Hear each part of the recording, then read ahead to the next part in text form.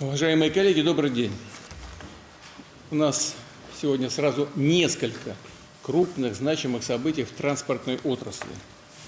Уверен, что они позитивно скажутся на ее развитии, послужат укреплению всей национальной экономики. Перечислю их. Так, в Благовещенске построен новый пассажирский аэровокзальный комплекс. Он призван дать дополнительный импульс социально-экономическому развитию Амурской области, да и всего Дальнего Востока. Расширить туристические и деловые связи с зарубежными странами.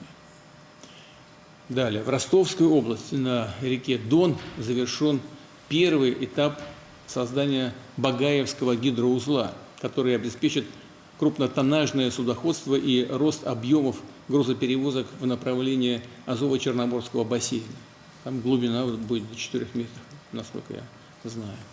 В Санкт-Петербурге стартует очередной этап строительства широтной магистрали скоростного движения. Она свяжет город с трассами Ленинградской области, оптимизирует логистику, разгрузит исторический центр от транзитных потоков. И кроме того, сегодня запускается движение беспилотного грузового транспорта на трассе М-12 «Восток». Таким образом, единый коридор беспилотных грузовых перевозок соединит Санкт-Петербург и Казань. А в перспективе география применения такого умного транспорта будет распространена и на другие крупные федеральные трассы. Благодарю специалистов, которые воплощают эти значимые проекты в жизнь, за ответственность и профессионализм, за весомый вклад в общее дело. Все эти объекты и инициативы – часть нашей большой планомерной работы по созданию современного единого транспортно-логистического каркаса страны, по повышению безопасности и комфортности передвижения граждан, по укреплению связанности регионов. И, что важно, решение этих задач в полной мере вписывается в наши планы по участию в формировании новых международных транспортно-логистических магистралей. Хотел бы еще раз подчеркнуть, Россия обладает колоссальным логистическим и транзитным потенциалом. С учетом коренных перемен мировой экономики мы обязаны максимально эффективно его использовать для того, чтобы диверсифицировать глобальные логистические потоки, предложить новые, более безопасные, надежные и выгодные маршруты. Для этого обязательно продолжим модернизировать транспортную инфраструктуру, расширять сеть федеральных и региональных дорог. Будем повышать безопасность и устойчивость судоходства на трассах Северного морского пути и всего трансарктического транспортного коридора. Наращивать мощности восточного полигона железных дорог. И, что принципиально, развитие транспортной системы, включая автомобильное, воздушное, железнодорожное, речное и морское сообщение, трансграничные пропускные пункты должны вестись на базе передовых технологий с применением современных платформенных и цифровых решений. Они являются неоспоримым конкурентным преимуществом, позволяют наиболее продуктивно решать стоящие задачи, снизить издержки, улучшить качество сервиса, предоставить по-настоящему уникальные транспортные услуги. Хороший пример таких инноваций – беспилотный транспорт, который уже доказал свою экономическую эффективность. У нас сколько? 13 миллионов, по-моему, километров беспилотники прошли на дорогах безаварийно. Знаю, что эти и многие другие вопросы, касающиеся перспектив развития транспортной отрасли России, укрепления интеграционных связей, выстраивания новой мировой транспортной архитектуры, будут обсуждаться на Международном транспортно-логистическом форуме, который завтра откроется в Санкт-Петербурге. И, пользуясь случаем, хочу пожелать успехов в его работе. Давайте перейдем к нашей повестке. Слово Виталию Геннадьевичу Савельеву. Пожалуйста, Виталий Геннадьевич. Спасибо. Уважаемый Владимир Владимирович, уважаемые коллеги, сегодня мы даем старт проектам, имеющим большое значение не только для транспортной системы, но и для экономики региона и всей нашей страны. Каждый из них несет вклад в реализацию утвержденных вами, Владимир Владимирович, национальных целей развития. Один из проектов – это сегодня мы приступаем к его строительству, второй, третий и четвертый этап – широтная магистраль скоростного движения в Санкт-Петербурге. Широтная магистраль скоростного движения станет одной из ключевых транспортных артерий Санкт-Петербурга. Она соединит западный скоростной диаметр СКАТ и трассой Ленинградской области. А новые участки магистрали протяженностью около 14 километров повысят эффективность грузового сообщения в обход центра города и выведут оттуда транзитный трафик. Сегодня мы также открываем объекты первого из 3 этапов строительства Багаевского гидроузла. А со времен советского периода это первый строящийся с чистого листа гидроузел для судоходства.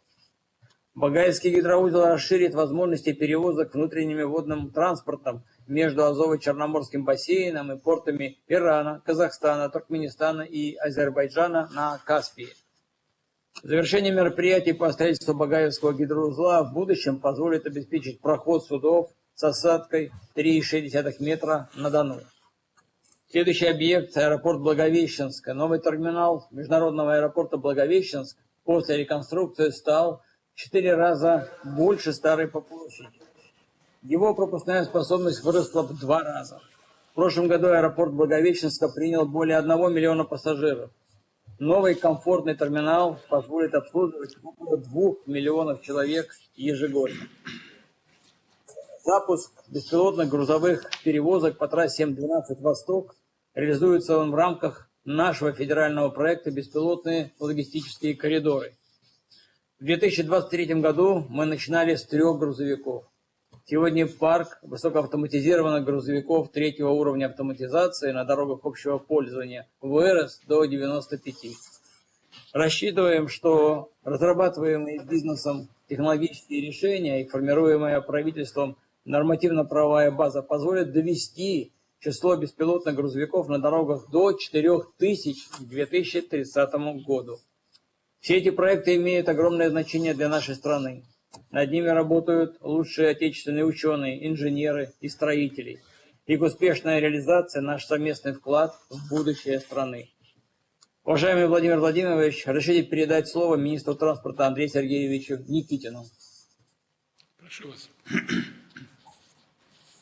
Уважаемый Владимир Владимирович, все ваши поручения находятся под моим непосредственным личным контролем и реализуются под руководством Виталия Геннадьевича Савельева.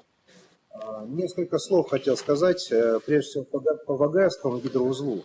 Уникальный проект. Уникальность его в том, что действительно лет 40 мы ничего подобного не строили.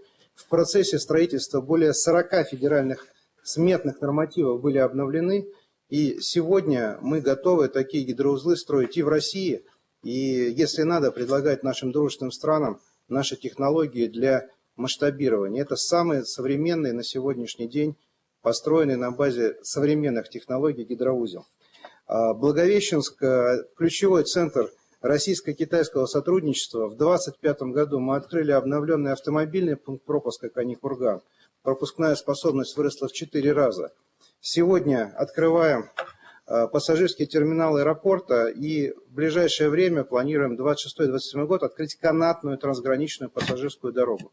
С точки зрения взаимодействия с нашим ключевым партнером, это очень важный и значимый шаг. Также одна из задач, которую мы сегодня реализуем, это пункт пропуска международный в Благовещенске. С 80 до 480 пассажиров в час планируем повысить пропускную способность. Ну и, конечно, 4 телетрапа. Все-таки Благовещенск город с резко континентальным климатом. Людям будет комфортнее передвигаться и садиться и выходить из самолета. Ну и, наконец, М12, единый беспилотный коридор от Москвы от Казани до Санкт-Петербурга. Владимир Владимирович, 24 часа вместо 58 проехала беспилотная фура в опытном режиме. С водителем 58, здесь 24. Это реально очень интересно и потенциально выгодно экономически. Мы, как сказал Виталий Геннадьевич, будем максимально развивать такие технологии. Ну и, конечно, широтная магистраль в Санкт-Петербурге – это визитная карточка, крупнейший объект, который позволит снизить нагрузку на дорожную сеть. И, что очень важно, проходит мимо жилых кварталов по промышленным зонам. У нас какого-то особого влияния на жилые объекты здесь не будет. Владимир Ильич, продолжаем работу. Доклад закончен. Все реализуем в назначенные сроки. Спасибо. Хорошо. Давайте пойдем дальше по регионам, да? Кто у нас на очереди из выступающих? Добрый день, уважаемый Владимир Владимирович. Мы сегодня присутствуем при знаковом событии открытия нового аэровокзального комплекса в аэропорту Благовещенск. И, конечно, этого события ждали не только жители города, Амурской области, но и всего Дальнего Востока, потому что от ввода таких крупных, масштабных инфраструктурных объектов напрямую зависит повышение качества жизни наших граждан, увеличение пропускной способности, связанность нашей большой страны, ну и в целом отражает развитие экономики в субъекте. И мы видим устойчивый рост пассажиропотока в данном аэропорту. Он в 2025 году составил 12,8% по отношению к 2024 году. Конечно, во многом этому способствовала та программа Минтранса России по развитию аэродромной инфраструктуры. И здесь, по вашему поручению, произошло строительство новой взлетно-посадочной полосы. И аэропорт принимает широкофюзеляжные и дальнемагистральные воздушные суда, чего ранее не было. Если говорить о самом терминале, то его пропускная способность увеличилась вдвое. Он оснащен самыми современными технологиями досмотра, выдачи багажа, паспортного контроля. В будущем будет реализован этот проект, а также стойки регистрации с применением цифровых технологий. Комфортные залы ожидания для наших пассажиров, и в рамках плана по семейно-центричности установлены детские площадки на самом аэровокзальном комплексе. И, конечно, за эту работу я бы хотел поблагодарить инвесторов, холдинг «Новопорт», аэропорты регионов, ВПРФ, коллеги из Амурской области, руководство, которые построили этот объект в кратчайшие сроки за 2,5 года, вложив в него 13,1 миллиарда рублей вместе с грузовым терминалом. Конечно, всем строителям и тем, кто участвовал в отладке данного оборудования в аэропорту. Уважаемый Владимир Владимирович, мы на этом не останавливаемся. До 2030 года ведем еще дополнительно 19 новых аэровокзальных комплексов. И, конечно, достичь этих результатов и строить планы на будущее было бы невозможно без вашей личной поддержки отрасли. Я хочу лично от всех руководителей авиационных предприятий поблагодарить вас за ту помощь и содействие, которое вы оказываете предприятиям гражданской авиации. И уверен, что совместно с Министерством транспорта, Андреем Сергеевичем Никитиным, под контролем Виталия Геннадьевича Савельева, мы реализуем все ваши поручения. Спасибо вам большое. Доклад окончен. Да, Леонид Ильич, с вами рядом кто находится? Представьтесь, пожалуйста. Заместитель председателя правительства Амурской области Матюхин Павел Владимирович. Павел Владимирович, пожалуйста, ваши оценки. Глубоко уважаемый Владимир Владимирович, благодарю вас и правительство Российской Федерации за поддержку Амурской области в реализации этого по-настоящему масштабного проекта модернизации аэропортового комплекса Благовещенска. Сегодня регион получил самую современную авиационную инфраструктуру в ДФО, готовую к кратному увеличению пассажиропотока и укреплению трансграничного сотрудничества.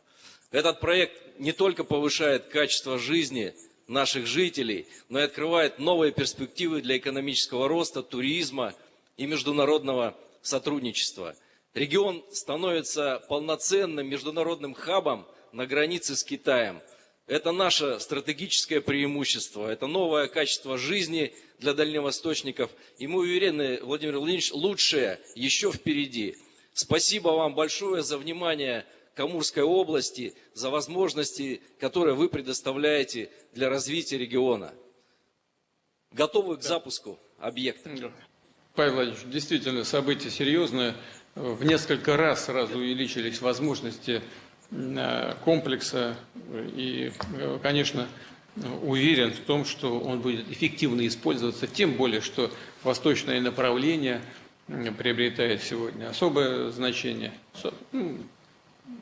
Мы давно уже этим занимаемся, расшивкой узких мест, знаем, где они находятся, но создание такого комплекса – это движение в абсолютно правильном направлении, это наше направление стратегического развития, так и будем дальше работать. Ну и, конечно, это улучшает ситуацию для граждан, проживающих в этом регионе нашей страны, и для транзитных пассажиров тоже. Вам всего самого доброго. Пожалуйста, Ташимов Борис Монаширович. Уважаемый Владимир Владимирович, уважаемые коллеги, на вашем экране 4 беспилотных автомобиля производителей КАМАЗ и Яндекс. Все они уже готовы к эксплуатации на трассе М12. Производители закладывают в свои машины высокий уровень надежности. Дополнительный контур безопасности обеспечивает удаленный оператор с функцией мониторинга и экстренного реагирования. Трасса М12 станет третьей дорогой, где будут задействованы беспилотные грузовые перевозки. Ее запуск позволит соединить Санкт-Петербург и Казань в единый беспилотный транспортный коридор с потенциалом дальнейшей интеграции в международные транспортные маршруты. Важно отметить, что в рамках экспериментального режима такие грузовики уже перевозят реальные грузы. С ними работают крупнейшие российские логистические компании и торговые сети. Работа по масштабированию технологий беспилотных грузовых перевозок ведется под руководством Виталия Геннадьевича Савельева в рамках федерального проекта «Беспилотные логистические коридоры».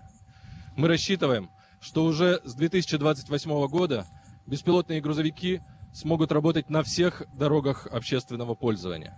Соответствующий федеральный закон уже разрабатывается по вашему, уважаемый Владимир Владимирович, поручению. Спасибо за внимание. Доклад окончен. Да, вот по информации, которую Минтранс и мне предоставил, к 2028 году, как вы сейчас сказали, парк грузовых беспилотников будет насчитывать 992 автомобиля, а к концу 2030 года уже порядка свыше 4000 единиц техники. И очень хорошо, что у нас 3 компании занимаются этим направлением: Яндекс, Навио и КамАЗ. Есть и здоровая конкуренция на этом направлении. Это очень хорошо. И пожалуйста, коллеги, которые рядом с вами стоят, слово. Уважаемый Владимир Владимирович, сегодня КамАЗ в 3-й раз участвует в открытии беспилотного движения на федеральной трассе. До этого были М11, ЦКАД и вот сегодня М12.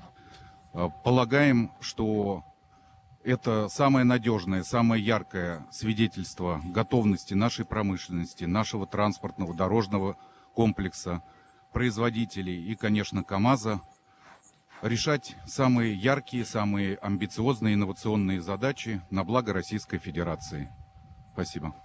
Да, я бы вас хотел поблагодарить и весь трудовой коллектив, руководство КамАЗа за то, что, несмотря на известные сложности, которые возникают по известным нам причинам, все-таки КамАЗ твердо стоит на ногах, развивается и участвует в таких крупных современных проектах, как этот.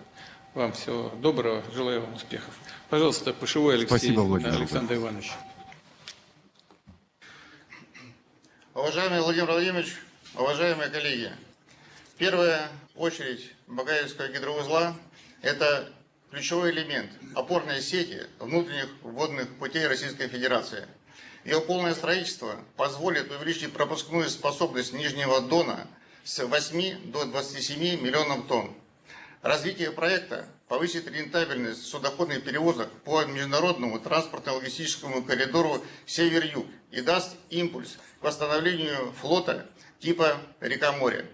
Также это крайне важно для доставки продуктов сельского хозяйства из Поволжья. Развитие получит ситуационно-логистические транспортные центры, которые позволят бесшовно перегружать грузы с сухопутных видов транспорта на водные. Водный транспорт получит достойное развитие в единой транспортной системе Российской Федерации. При возведении шлюза использовались исключительно российские материалы, оборудование и программное обеспечение. Так, приводы ворот шлюзов, запоры плотин, программное обеспечение по обслуживанию этих механизмов является российским ноу-хау. Искренне благодарим вас, уважаемый Владимир Владимирович, за ваше внимание к водному транспорту, а также уважаемый Виталий Геннадьевич Савельева за его всемирную поддержку в реализации ваших поручений. Также отдельно хотим выразить благодарность Совету Федерации. Коллеги организовали оперативное, экспертное, законодательное, финансовое обеспечение временно ввода в эксплуатацию наших объектов. Продолжаем движение, все поставленные цели будут достигнуты. Доклад закончен. Да, спасибо. Пожалуйста, коллеги, рядом с вами стоящие, в том числе и руководство области. Уважаемый Владимирович, Слюсарь Юрий Борисович, губернатор Ростовской области. Действительно уникальный в инженерном, в техническом смысле проект. Но для нас главное вклад в экономику. Действительно, увеличение глубины до 4 метров даст возможность пропускную способность довести до 27 миллионов. Это, конечно, и экспортные возможности региона, но и задействованы все наши порты, вся наша инфраструктура. Очень важный, долгожданный для нас проект. Еще второй и третий этап предстоит, включая земляную дамбу, благоустройство, введение в вод рыбообводного канала. Уверен, что коллеги со своими задачами справятся. Хотел поблагодарить за поддержку Виталия Геннадьевича, Андрея Сергеевича. Проект был на особом контроле. И сегодня действительно для области такой радостный, торжественный день. Спасибо. Пожалуйста. Уважаемый Владимир Владимирович, руководитель заказчика Минтранс России Туриев Евгений Викторович. Данный объект очень технически сложный, и реализация таких инфраструктурных объектов – это прежде всего вызов для строительной отрасли в целом. Поэтому спасибо большое за возможность реализовывать такие проекты. И для нас это огромная честь и гордость, что объект реализован с должным качеством. Доклад закончен. Да, спасибо. Я бы хотел отметить еще ряд сопутствующих положительных эффектов, которые касаются возможности увеличения и улучшения водоснабжения и решения вопросов, связанных с мелиорацией прилегающих территорий. Это и для других отраслей, в том числе для сельского хозяйства, надеюсь, будет иметь положительный эффект. 900 специалистов работало, более сотни единиц техники использовалось. Хочу всех вас за это сердечно поблагодарить. Спасибо большое. Байсаров Руслан Сулеймович. Прошу вас. Уважаемый Владимир Владимирович, здравствуйте. Председатель наблюдательного совета Бамтонай-Строймост Руслан Байсаров. Широтная магистраль скоростного движения в Санкт-Петербурге реализуется по вашему поручению. Большое вам спасибо. Проект является крупнейшей автодорожной концессией в России. Он свяжет восточные районы города с югом и с севером. Ежегодный трафик составит более 45 миллионов автомобилей. Для реализации проекта ШМСД мы привлекли лучших мостовиков нашей страны. На пике строительства будет создано свыше 5000 новых рабочих мест. Задействовано более 400 единиц строительной техники. Пользуясь случаем, хочу отдельно поблагодарить за конструктивное взаимодействие заместителя председателя правительства Российской Федерации Виталия Геннадьевича Савельева, министра транспорта Российской Федерации Андрея Сергеевича Никитина, губернатора Санкт-Петербурга Александра Дмитриевича Беглова, руководителя банка ВТБ Андрея Леонидовича Костина, вам большое спасибо, Андрей Леонидович, и руководителя Газпромбанка Андрея Игоревича Акимова за активное участие в реализации крупнейшего проекта в России. Уважаемый Владимир Владимирович, к старту строительства широтной магистрали скоростного движения в городе Санкт-Петербурге готовы. Спасибо. Спасибо большое. Разрешите, Владимир Ильич? Хотел, губернатору дать слово, пожалуйста. Александр. Здравствуйте, Владимир Ильич. Прежде всего, я хотел бы передать вам слова благодарности от жителей нашего города за развитие нашего города Санкт-Петербурга, как мегаполиса 21 века. И в составе развития мегаполиса одна из основных составных частей является, конечно, транспортный каркас. В соответствии с вашим поручением, транспортный каркас развивается и строится. Владимир Ильич, петербуржцы хорошо помнят, когда вы начинали и принимали активное участие в строительстве кольцевой автомобильной дороги. Практически это спасло город от выхлопов газа, центральные районы. И второй этап был – это строительство западного скоростного диаметра со строительством дамбы. Вы лично руководили этим процессом. Спасибо вам большое. А сегодня дамба спасает наш город от наводнения. И вот еще одна магистраль, широтная магистраль скоростного движения, которая соединит Санкт-Петербург с Ленинградской областью. Но самое важное еще один момент. Вы говорили, не забудьте обязательно построить и разводной мост. И вот в составе широтной магистрали уже летом строители приступят ко второму разводному мосту через Неву по вашему поручению.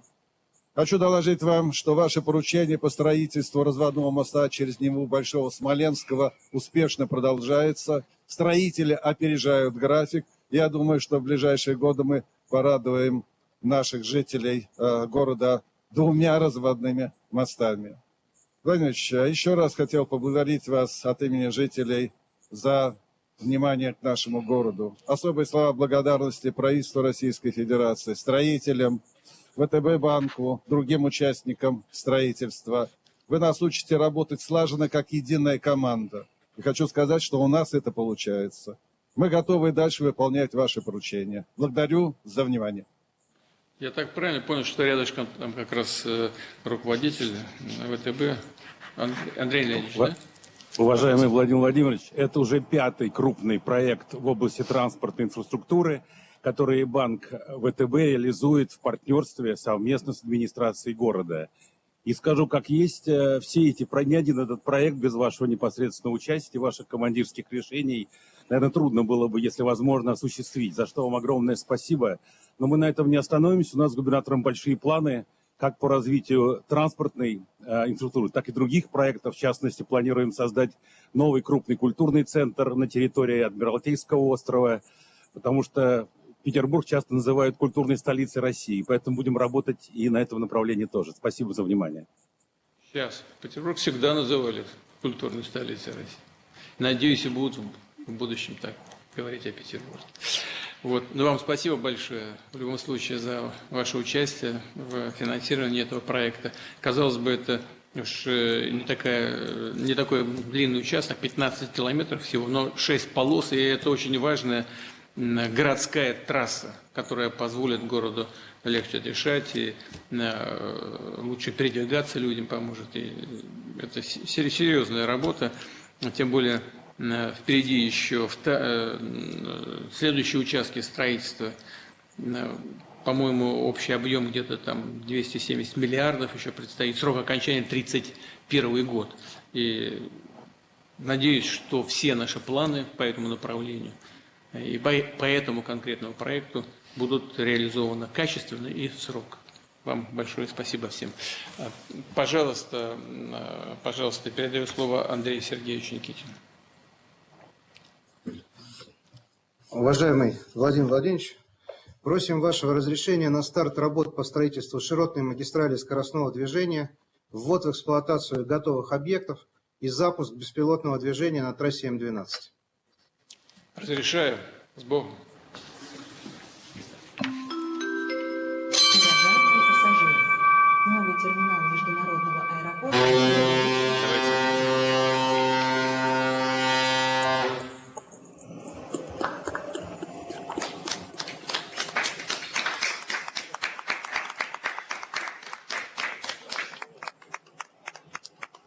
Спасибо.